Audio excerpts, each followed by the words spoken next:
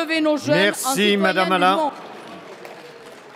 Pour le groupe radical, républicain, démocrate et progressiste, la parole est à Monsieur Roger Gérard Schwarzenberg.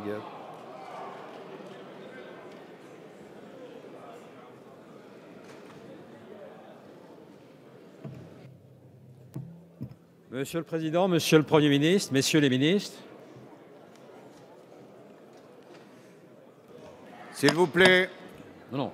un peu moins de bruit. Même s'il peut y avoir divergence sur tel point de tel texte, nous voulons saluer votre détermination face au terrorisme et dire que nous sommes solidaires de votre action dans l'intérêt de la nation. Notre groupe a voté bien naturellement l'article 1er de ce projet de révision qui inscrit l'état d'urgence dans la Constitution. En effet, cette inscription s'accompagne de précisions de fond et de procédure qui apportent des garanties accrues. Elle encadre clairement ce régime de crise en définissant avec netteté les conditions de son déclenchement et de son déroulement. Actuellement, ces conditions relèvent seulement de la loi ordinaire et par conséquent, elles pourraient être modifiées un jour par une majorité de passage, une majorité du moment, qui ne correspondrait pas à ce que nous pouvons ensemble souhaiter. En revanche, telle ou telle majorité ne pourra demain modifier les conditions de mise en œuvre de l'état d'urgence, car celles-ci sont inscrites désormais dans la loi fondamentale. La Constitution servira de rempart contre d'éventuelles dérives.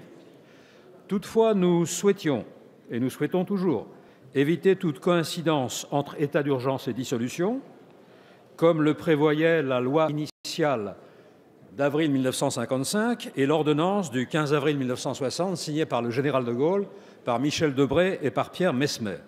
Lundi, l'Assemblée avait adopté un amendement en ce sens, mais faisant l'objet d'une seconde délibération, cet amendement a été supprimé hier soir à la demande du gouvernement qui préfère s'en remettre au Sénat. Cela peut surprendre. Le Sénat serait-il vraiment meilleur législateur que l'Assemblée nationale? Et n'y a-t-il pas paradoxe à confier au Sénat la détermination des conditions de dissolution de l'Assemblée nationale, qui, elle, est une chambre élue au suffrage universel direct, à la différence de nos éminents collègues du Palais du Luxembourg, qui se considèrent en tout cas comme tels. Par ailleurs, l'article 2 de ce sujet concerne la déchéance de la nationalité, chacun l'aura remarqué. En elle-même, cette déchéance peut se concevoir. Ceux qui tirent au fusil d'assaut sur leurs compatriotes, ceux qui renient leur patrie, s'excluent à l'évidence de la communauté nationale. Mais cette déchéance ne peut concerner spécifiquement les binationaux. En République, tous les citoyens sont égaux devant la loi. Or, tel qu'il était initialement rédigé, cet article 2 paraissait inscrire dans la Constitution même une distinction entre deux catégories inégales de Français. Le gouvernement a, et il a bien fait de faire, initialement, le gouvernement a accepté de modifier cet article 2 par un amendement qui supprime cette référence à la binationalité, amendement adopté par la commission des lois le 28 janvier. Ce changement est positif, mais l'avant-projet d'application, transmis le 29 janvier, se fonde de nouveau sur le critère de binationalité, au moins implicitement. Il serait donc utile de lever cette ambiguïté. Même si un frondeur, je veux dire le cardinal de Retz, disait dans ses mémoires « On ne sort de l'ambiguïté qu'à son détriment ». Mais sortons-en tout de même. En fait, plutôt que la déchéance qui pose plusieurs problèmes, mieux vaudrait utiliser l'interdiction des droits civiques, civils et de famille, prévue par l'article 421-36 du Code pénal.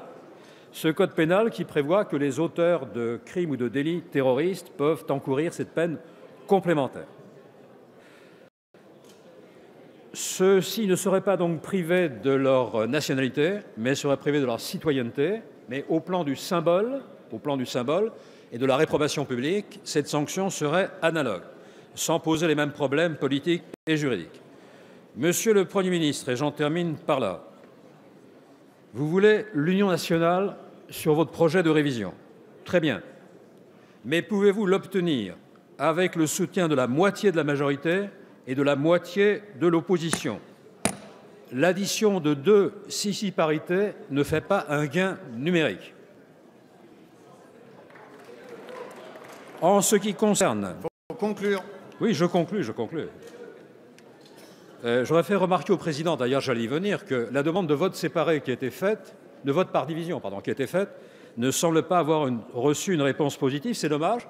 Avec un vote séparé qui aurait permis de voter d'abord sur l'article 1er, puis ensuite séparément sur l'article 2, notre groupe aurait voté quasi unanimement l'article 1er. Puisque ce n'est pas le cas, il se répartit,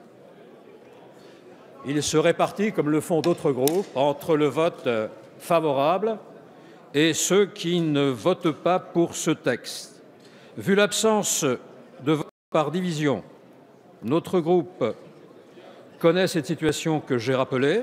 Il faut conclure, Monsieur le Président. Avec plaisir, Monsieur le Président, de même que j'aurais eu plaisir à avoir le bénéfice d'un vote par division. Mais nous le ferons à regret d'une certaine manière, mais en pensant que lors d'une nouvelle lecture, il y aura certainement une solution de consensus, car chacun le sait, demain est un autre jour. Merci. Je fais annoncer le scrutin dans le